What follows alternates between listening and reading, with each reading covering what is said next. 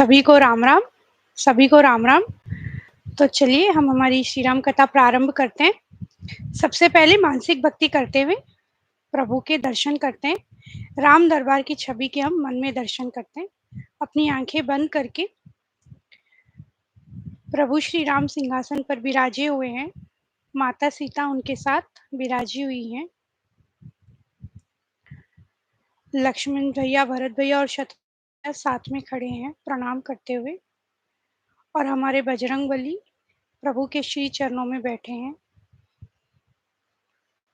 और हम प्रभु को प्रणाम करते हुए, नतमस्तक करते हुए, उनका आशीर्वाद लेते हुए विनती करते हैं कि हे प्रभु, सफलतापूर्वक हम हमारी ये श्री राम कथा संपूर्ण कर सकें। जय सिया राम। तो कल हमने देखा कि प्रभु, माता सीता और लक्ष्मण भैया वन के लिए, लक्ष्मण जी वन के लिए निकल गए थे। और फिर आगे चलते चलते, जैसे लोग वियोग में बहुत ही विषाद, मतलब बहुत ही दुखी थे, अयोध्या नगरी सारी ऐसे काल रात्रि जैसे लग रही थी। और फिर लोग सारे प्रभु के पीछे ही भागते भागते चले आ गए, बूढ़े और बच्चों को घर में छोड़ के। अब प्रभु ने सभी को बहुत समझाया, किंतु कोई माने ही नहीं। तो फिर सुमंत्र जी से कहा कि आप इस तरह से रथ के पहिए घुमाए कि कोई निशान ना रहे। और फिर सुमंत्र जी ने वैसा ही किया। जब रात हो रही थी और वहां से निकल गए, सुबह सबने देखा कि कोई प्रभु दिख ही नहीं रहे, तो बड़ा ही उन्हें विषाद हुआ। और इस तरह से आगे चलते गए। और आगे चलते चलते गुह के हमने देखा था गुह के बारे में, जो निषाद राज गुह थे। वहां पे वो मिले थे श्रृंगवेरपुर में। और लक्ष्मण जी और वो बातें कर रहे थे। प्रभु के लिए आसन और बिछा दिया, वहां सो गए प्रभु और माता सीता। तथा फिर उन्होंने जटा बनाई, प्रभु श्री राम और लक्ष्मण जी ने।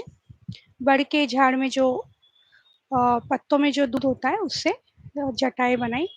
तथा गू जी को देख के ये बहुत ही दुख हुआ कि कहाँ महलों में रहने वाले और कहाँ ऐसे यहाँ पे जमीन पे सो रहे, तथा ये इस तरह से जूड़ा बना रहे हैं। और फिर सुमंत्र जी से निवेदन किया कि आप चले जाइए। तो सुमंत्र जी ने कहा कि राजा दशरथ जी ने मैसेज दिया है आपके लिए कि आ जाइए आप हमारे साथ। किंतु प्रभु श्री राम ने वैसे ही नहीं कह दिया। और फिर कहा कि सीता को तो भी लाने के लिए कहा है दशरथ जी ने।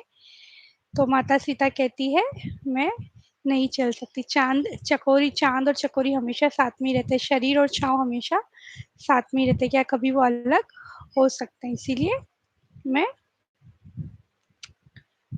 मैं प्रभु को छोड़ के नहीं जा सकती। तथा आपको वापस उत्तर देने के लिए, मतलब जिसे बोलते हैं ना, आप जवाब दे रहे हो बड़ों को, मैं आपको उत्तर दे रही हूँ, इसीलिए मुझे क्षमा करें। और कहा कि आर्यपुत्र, स्वामी के चरण कमलों के बिना जगत में जहाँ तक नाते हैं सभी मेरे लिए व्यर्थ है। तथा सास ससुर और सभी से पैर पकड़ के आप कह दीजिएगा, विनती कीजिएगा कि मैं यहाँ वन में स्वभाव से ही सुखी हूँ, इतनी चिंता न करे मेरी। अर्थात सब ठीक है यहाँ पे, क्योंकि प्रभु श्री राम है मेरे स्वामी। और हमारे लक्ष्मण जी है, इतने देवर हैं, इतने साहसी लोग हैं, इतने वीर हैं, तो ऐसी कोई चिंता न करें। सीता जी के चरणों में सिर नवाकर सुमंत्र इस तरह लौटे जैसे कोई व्यापारी अपना मूलधन गंवाकर लौटे हो। मतलब ऐसे लौटे जैसे कुछ भी अब उनके पास रहा ही नहीं, इस तरह से वो लौट गए। रतुहा के उहय राम तन, हेरि हेरि नाही, देखि निषाद बिषाद बस, दुनहि शीस पछिताई, सियावर रामचंद्र भज जय शरणम। सुमंत्र ने रथ को हाँका, घोड़े श्री रामचंद्र जी की ओर देख देख कर हिनहिनाते हैं। मतलब बहुत ही, घोड़े भी वहां से हटने के लिए तैयार नहीं है। तथा श्री रामचंद्र जी ने जबरदस्ती सुमंत्र जी को लौटाया। तब आप गंगा के तीर पर आए। श्री राम ने केवट से नाव मांगी, पर वह लाता नहीं। तो केवट प्रसंग जैसे हमने बचपन में स्कूल टाइम में पढ़ा ही रहेगा, या अभी जो बच्चे स्कूल में हैं देखा ही होगा, केवट प्रसंग करके एक हमारे यहाँ पे हिंदी के लैंग्वेज में एक पोयम हुआ करती थी, केवट प्रसंग। तो अब वो कथा यहाँ आई है। प्रभु लक्ष्मण जी और माता सीता गंगा नदी के किनारे आ गए और राम जी उन्हें हमें श्री राम जी केवट से कह रहे कि नाव लेके आओ, और वो लाता ही नहीं। हे प्रभु, यदि तुम अवश्य ही अब ये कह रहे हैं कौन? केवट प्रसंग। केवट कह रहा है, हे प्रभु, यदि तुम अवश्य ही पार जाना चाहते हो तो मुझे पहले अपने चरण कमल पखारने दो, यानी कि धो लेने के लिए कह दो, चरण पखारने दो, फिर ही मैं यहाँ से वहाँ पार लगाऊंगा। ये केवट जो है बहुत ही मतलब ज्ञानी है वो। मतलब ये सोचिए कि नाव लाने के बदले वो क्या मांग रहा है? प्रभु के चरण पखाने की, मतलब चरण धोने की बात कर रहा है प्रभु से। और कह रहा है कि जिसके चरण छूते ही पत्थर की शिला नारी बन जाए, अगर मेरी नाव यह चली गई तो फिर मैं अपने घर वालों को कैसे पालूंगा? इसलिए पहले आपके चरण में अच्छे से धो लेता हूँ, फिर आप चढ़ जाइएगा। तो प्रभु तो मन में सब समझ रहे हैं कि क्या कहना चाह रहा है केवट, और बस वही कह रहा है, एक बार आप चरण कमल धोकर फिर मैं आप लोगों को नाव पर चढ़ा दूंगा। कृपा के समुद्र श्री रामचंद्र जी केवट से मुस्कुराकर बोले, भाई तू वही कर जिससे तेरी नाव न जाए, जल्दी पानी ला और पैर धो ले, देर हो रही है, पार उतार दे। एक बार जिनका नाम स्मरण करते ही मनुष्य अपार भवसागर से पार उतर जाते हैं, और जिन्होंने वामन अवतार में जगत के तीनों पग से भी छोटा कर दिया हो, केवट का निहोरा कर रहे हैं। तो ये तो प्रभु हैं, भगवान का अवतार है। इनके नाम मात्र से ही संसार रूपी भवसागर से हम पार हो जाते हैं, मतलब नैया हमारे जीवन की पार लग जाती है। और यहाँ पे वामन अवतार के बारे में बताया गया है। वामन अवतार विष्णु जी के एक और अवतार, जैसे 10 अवतार होते हैं विष्णु जी के, तो वामन अवतार एक और अवतार है जिसमें थोड़े से नाटे होते हैं वो। और फिर तीनों पग में सब कुछ वो नाप लेते हैं। जो बलि होता है, राजा बाली, उसके पास आते हैं। इसकी बहुत प्यारी कथा है, आप ज़रूर गूगल पे सुनिएगा, वामन अवतार करके, आपको पता चल जाएगा। और तो कह रहे हैं कि ये वही है, और ये केवट से क्या कर रहे हैं? निहोरा कर रहे हैं, मतलब रिक्वेस्ट कर रहे हैं कि गंगा जी से उतार दें। अत्यंत आनंद और प्रेम में उमंग उमंग कर वह भगवान के चरण कमल धोने लगा। सब देवता फूल बरसाकर सिहाने लगे कि इसके समान पुण्य की राशि तो कोई नहीं है। पद पखारी जलपान करी आप सहित परिवार, पितर पारु करि प्रभु पुनि मुदित गयौ लई पार, सियावर रामचंद्र भज जय शरणम। चरणों को धोकर और सारे परिवार सहित स्वयं उस जल को पीकर पहले अपने पितरों को भवसागर से पार कर प्रभु को श्री रामचंद्र जी को गंगा जी के पार ले गया।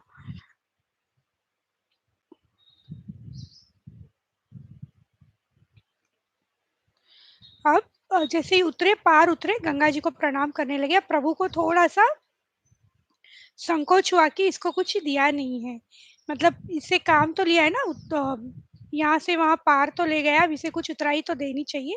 तो थोड़ा सा संकोच हुआ प्रभु के मन में। पति के हृदय की जानने वाली सीता जी ने आनंद भरे मन से अपनी रत्न जड़ित अंगूठी उतारी। कृपाली श्री रामचंद्र जी को रामचंद्र जी ने केवट से कहा, नाव की उतराई ले लो।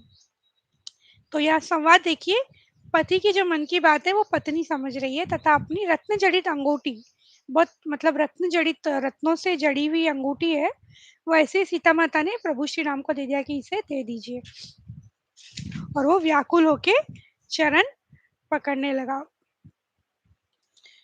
फिर वो कहने लगा कि आप लौटती बार जो देंगे मैं वह प्रसाद समझ के सिर पर चढ़ाकर ले लूंगा।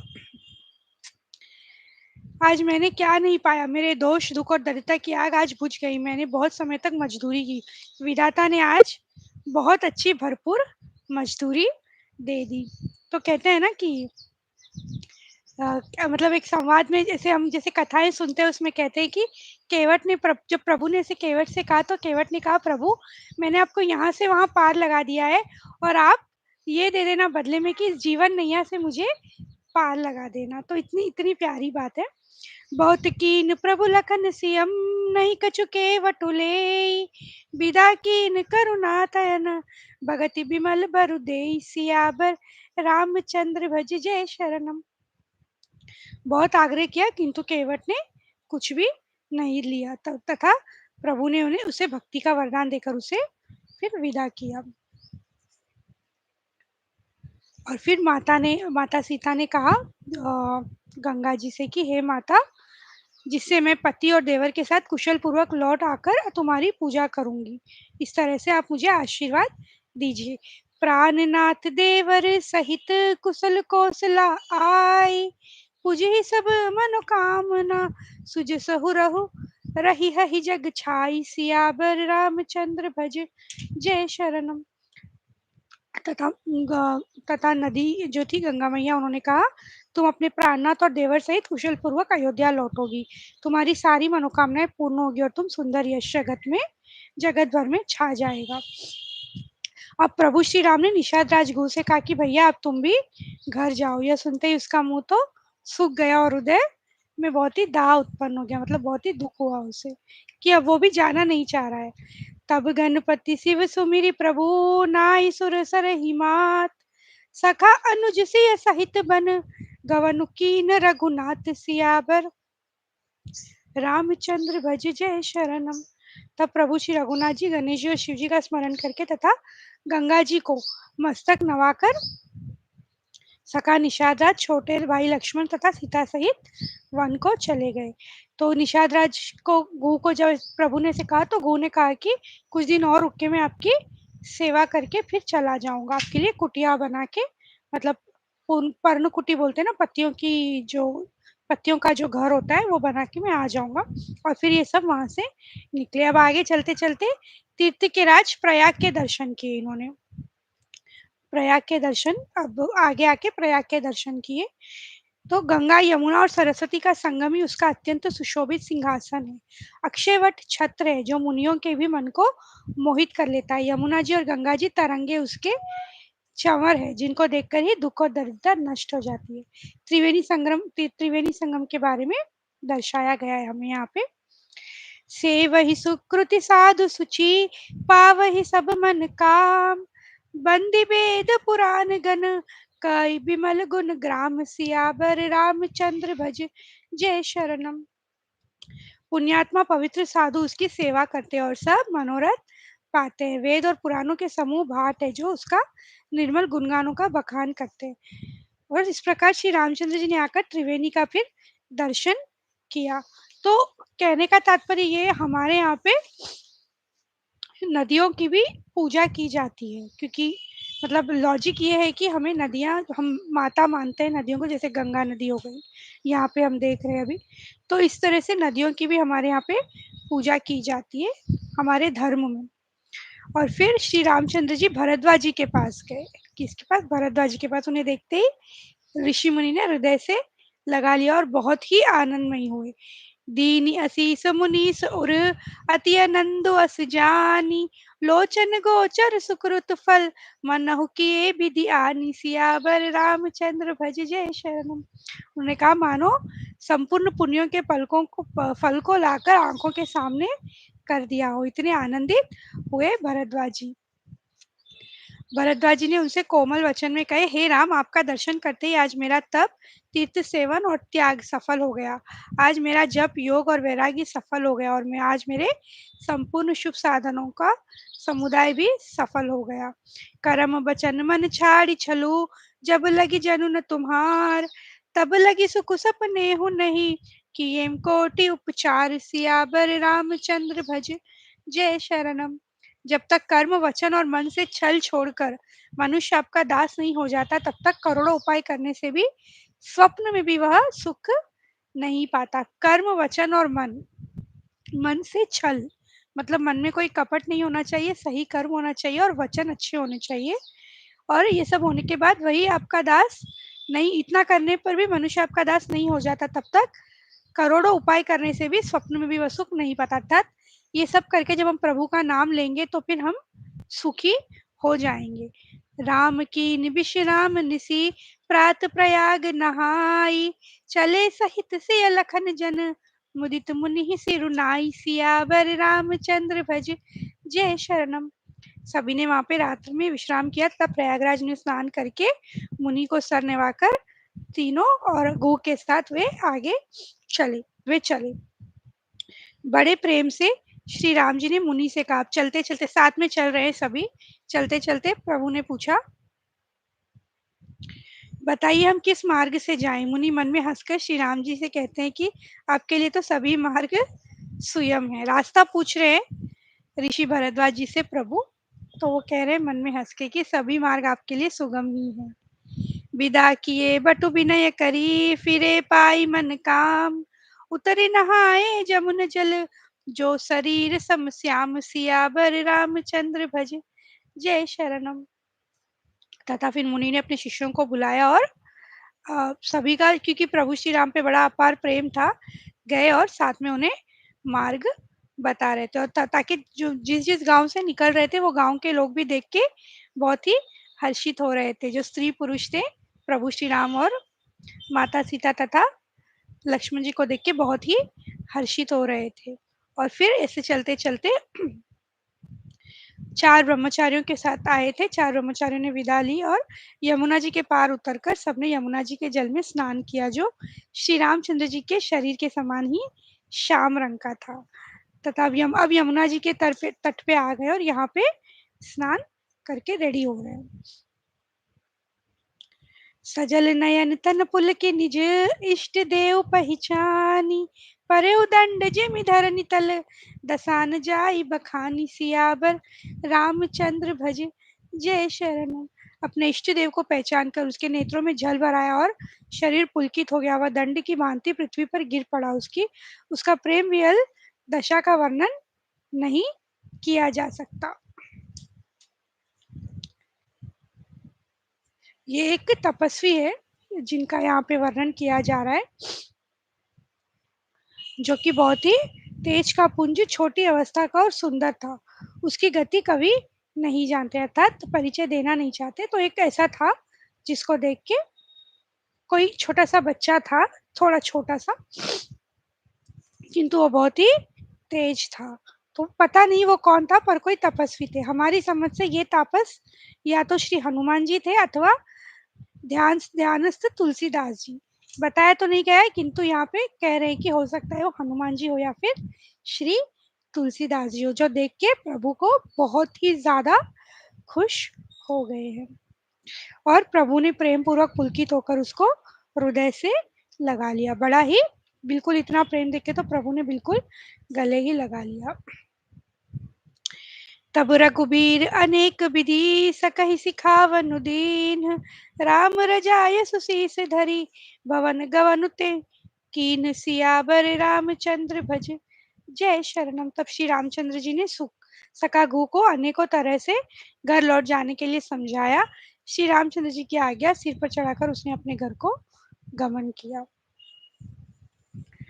यही विधि पूछ ही प्रेम बस, पुलक गात जलु नैन, कृपा सिंधु फेर हित नहीं, कही बिनित मृदु बैन, सियावर रामचंद्र भज जय शरणम। इस प्रकार यात्री प्रेमवश, अब यात्री मतलब रास्ते में जैसे जैसे जा रहे हैं सब लोग दिख रहे हैं, गांव के लोग, स्त्री पुरुष, जो बहुत ही ज्यादा खुश हो रहे हैं। यात्री प्रेमवश पुलकित शरीर हो और नेत्रों में जल भरकर पूछते हैं, किंतु कृपा के समुद्र श्री रामचंद्र जी कोमल विनय युक्त वचन कहकर उन्हें लौटा देते हैं। क्योंकि अब जैसे जैसे आगे जा रहे हैं लोग कह रहे हैं हम भी आपके साथ चलते जाएंगे। जितने जितने मार्ग आ रहे हैं रास्ते में सभी कह रहे हैं कि हम भी चलेंगे, हम भी चलेंगे। तो प्रभु उन्हें समझा के कह रहे हैं कि आप लौट जाइए। जो नेत्र भरकर सीता जी और लक्ष्मण जी सहित घनश्याम श्री राम जी के दर्शन करते हैं, जिन तालाबों और नदियों में श्री राम जी स्नान कर लेते हैं, देव देव सरोवर और देव नदियां भी उनकी बड़ाई करती है। अर्थात प्रभु के दर्शन बहुत ही बिरले हैं। छाह करहि घन विबुधम घन, भरसहि सुमन सिहाई, देखत गिरिवन बिहग मृग, राम चले मग जाहि, सियावर रामचंद्र भज जय शरणम। रास्ते में बादल छाया करते और देवता फूल बरसाते हैं और सिहाते हैं। पर्वत, वन और पशु पक्षियों को देखते हुए श्री रामचंद्र जी रास्ते में चले ही जा रहे हैं। और इनका रूप तो बहुत ही सुख दे रहा है लोगों को वहां पर। एक देखी बट चाह भली, दास मृदुल तृणपात, कई गवाई छिनको श्रमु, गव नभ अबहि के प्रात, सियावर रामचंद्र भज जय शरणम। कोई बड़की सुंदर छाया देखकर वहां नरम घास और पत्ते बिछाकर कहते हैं कि क्षण भर यहाँ बैठकर थकावट मिटा लीजिए, फिर चाहे अभी चले जाइएगा, चाहे सवेरे। कोई घड़ा भर के पानी ले आता है। तो इस तरह से सब सेवा में लगे हैं तीनों की। हम दोनों मुनियों के वत्कल आदि वस्त्र पहने और कमर में तरकस कसे हुए, कमल के समान हाथों में धनुष बाण शोभित हो रहे हैं। तो इस तरह से जो भी अभी ऐसा है जिस इस रूप में जो आए हैं तीनों, तो यहाँ पे सब अगर हम देखेंगे तो जितनी भी जंगल की चीजें हैं बस उसी को लेके कर रहे हैं जो फॉरेस्ट में अवेलेबल है। जैसे खाना पीना हो गया, जो जटा बांधी है वो भी बड़ के पेड़ के पत्ते के जो दूध होता है उससे बांधी हुई है। और कपड़े भी बिल्कुल मतलब वस्त्र और भी कमर में तरकस है। तो इस तरह से बिल्कुल यहाँ पे जो भी फॉरेस्ट में मिल रहा है बस उसी पे घूम रहे हैं और कुछ भी उसी पे रह रहे हैं, उसके अलावा और कुछ नहीं कर रहे। तो जिसे सस्टेनेबिलिटी हम बोलते हैं वो हमें यहाँ पे सीखने मिलती है प्रभु श्री राम से कि हमें जितने भी रिसोर्सेस हैं, जितने भी चीज़ें हैं, हमें इंश्योर करना है कि हमारे आगे की जनरेशन्स को वो उसी तरह से मिले। जैसे आजकल हम प्लास्टिक वगैरह के बारे में देखते हैं, कड़ा कुचरा कचरा देखते हैं और बहुत सी ऐसी चीज़ें हम देख रहे हैं कि जैसे पोल्यूशन भी हो गया, गाड़ी का धुआं, पेट्रोल वगैरह। तो बहुत सी ऐसी चीज़ें हो गई हैं कि रिसोर्सेस जो हैं अगले हमारी पीढ़ियों तक शायद हम ना ही पहुंचा पाए। चाहे पानी उतना ना हो जितना अब है, क्योंकि पोल्यूशन है, ओमेगा इतना बढ़ रहा है। तो कहने का तात्पर्य ये कि सस्टेनेबिलिटी हमें मेंटेन करनी है ताकि जो भी अभी रिसोर्सेस है हमें हमारे नेक्स्ट जनरेशन्स को मिल सके। यहाँ प्रभु श्री राम जो है वही दर्शा रहे हैं, जो भी फॉरेस्ट में सिर्फ और सिर्फ वही उन्हीं उन्हीं को वो यूज कर रहे हैं। तो यहाँ पे हमें वो भी बात एक सीखने लायक है। जटा मुकुट से सनी सुभग, उर्बुज नयन विशाल, सरद परब बिधु बदन बर, लसत स्वेद कन जाल, सियावर रामचंद्र भज जय शरण। तथा जैसे मैंने कहा सुंदर जटाओं का मुकुट है, बहुत ही वक्षस्थल, भुजा और नेत्र विशाल है। और शरद पूर्णिमा के चंद्रमा के समान सुंदर मुखों पर पसीने की बूंदों का समूह शोभित हो रहा है। इस तरह से बड़ा ही मनोहर है प्रभु का रूप। गांव की स्त्रियां सीता जी के पास जाती है परंतु अत्यंत स्नेह के कारण कुछ पूछने से सकुचाती है, बार बार उनके पांव लगती है और सीधे कोमल वचन कहती है। हम विनती करती हैं परंतु स्त्री स्वभाव के कारण पूछते हुए कुछ डरती हैं। तो फिर बस इस तरह से बातचीत कर रहे वहां के लोग प्रभु श्री राम, माता सीता और लक्ष्मण जी से। श्यामल गौर किशोर बर, सुंदर सुषमा एन, सरद सरबरी नाथ मुखो, सरद सरोरुह नैन, सियाबर रामचंद्र भज जय शरणम। श्याम और गौर वर्ण है, सुंदर किशोर अवस्था है, दोनों ही परम सुंदर और शोभा के धाम है। तथा इनके मुख और शरद ऋतु के कमल के समान इनके नेत्र है। अति सब प्रेम सिय पायम, परिबहु विधि देहि असीस, सदा सुहागिनी हो तुम, जब लगी मही असीस, सियाबर रामचंद्र भज जय शरणम। वे अत्यंत प्रेम से सीता जी के पैरों पे पड़कर बहुत प्रकार से आशीष देती है कि जब तक शेष जी के सिर पर पृथ्वी है तब तक तुम सदा सुहागन बनी रहो, अर्थात हमेशा सुहागन रहने का आशीर्वाद देती है। उसी समय श्री रामचंद्र जी का रूप जानकर लक्ष्मण जी ने कोमल वाणी से लोगों से रास्ता पूछने को कहा था। तब बातचीत हो रही है, अब रास्ता पूछ के आगे जाने का टाइम है। तो जैसे कहते हैं ना, राइट टाइम राइट डिसीजन, ये राइट टाइम है अब बात करने का। लखन जानकी सहित तब, गवन कीन रघुनाथ, फेरे सब प्रिय बचन कही, लिए लाई मन साथ, सियाबर रामचंद्र भज जय शरणम। तथा वापस प्रिय वचन कह के लोगों को लौटाया और किंतु उनके मनों को तो अपने साथ ही लगा लिया। मन लौट नहीं रहे, सिर्फ लोग लौट रहे हैं। जोए मुनि पटधर जटिल सुंदर सुटि सुकुमार विविध भांति भूषण बसन बादिकिए करतार सियावर रामचंद्र भज जय शरण। जो ये सुंदर और अत्यंत सुकुमार होकर मुनियों के वस्त्र पहनते और जटा धारण करते हैं, तो फिर विधाता ने भांति भांति गहने और कपड़े वृथा में ही बनाए हैं। इतने सुंदर होके भी यदि ये सब पहन रहे हैं, तो फिर इतने भांति भांति के कपड़े बनाना ही वेस्ट है, जरूरत ही क्या है। हाँ, अपने को परम धन्य अवश्य मानते हैं ये लोग, जो लोग दर्शन कर रहे हैं वे कह रहे हैं, और हमारी समझ में वे भी बड़े पुण्यवान हैं जिन्होंने इनको देखा है, जो देख रहे हैं और जो देखेंगे। हम तो देख नहीं सकते, मतलब साक्षात अभी, क्योंकि इतने हमारे पुण्य हैं नहीं, परंतु इतने पुण्य तो ज़रूर हो गए कि हम श्री राम जी की कथा सुन लें और मानसिक भक्ति करते हुए उनके दर्शन कर ले। धन्यवाद है श्री तुलसीदास जी का, श्री वाल्मीकि जी का, जिन्होंने हमारे लिए रामायण लिखी, श्री रामचरित लिखा, जिसे हम पढ़ के कम से कम थोड़ा उनके और नज़दीक हो सकते हैं, और दर्शन जिसे मानसिक भक्ति करते हुए उनके दर्शन तो हम कर ही सकते हैं, तो वो आनंद तो हम उठा ही सकते हैं। एहि विधि कही कही बचन प्रिय लेहिम नयन भरि नीर किमि चली है मारग अगम सुठी सुकुमार शरीर सियाबर रामचंद्र भज जय शरणम। और कहते कहते इस तरह से सभी लोगों के आंखों में आंसू है, तथा स्त्रियां तो विकल ही हो रही है। अबला बालक वृद्ध जन कर्मी जय पछिताही होई प्रेम बस लोग इमी राम जहाँ जह जाई सियावर रामचंद्र भज जय शरणम। गर्भवती अबला स्त्रियां, बच्चे, बूढ़े दर्शन न पाने से हाथ मलते और पछताते हैं।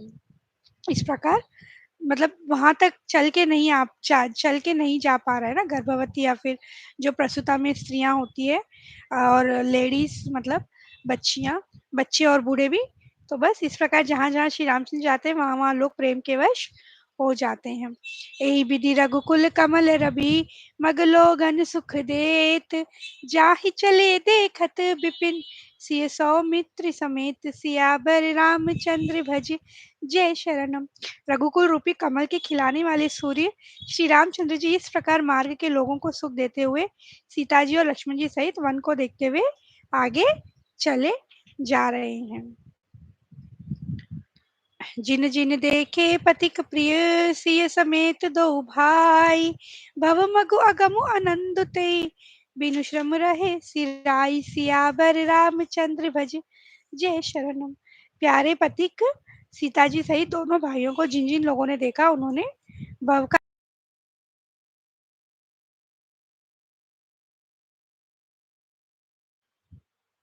एक और बहुत सुंदर बात है, आज इतना करके हम कंप्लीट कर देते हैं, 1-2 मिनट ज्यादा होगा। कह रहे हैं श्री तुलसीदास जी, आज भी जिसके हृदय में स्वप्न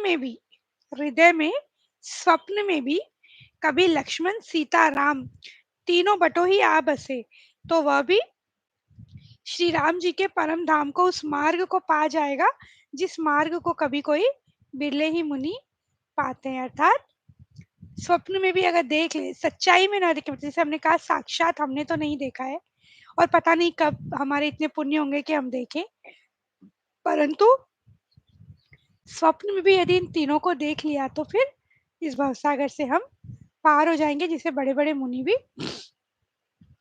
नहीं होते। अब आगे चलते चलते हम कल देखेंगे श्री वाल्मीकि जी के आश्रम की कथा। आज की कथा का समय यहीं समाप्त होता है, आज हम कथा को यहीं विश्राम देते हैं। चलिए जल्दी से एक चौपाई ले लेते हैं।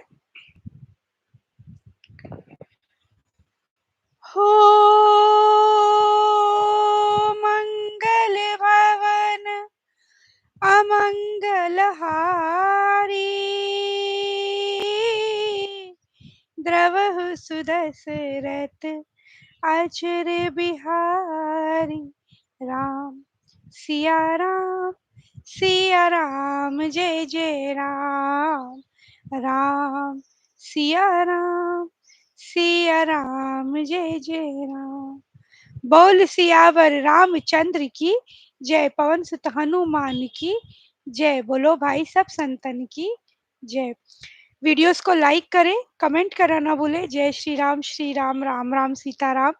और सब्सक्राइब नहीं किया हो तो सब्सक्राइब करें।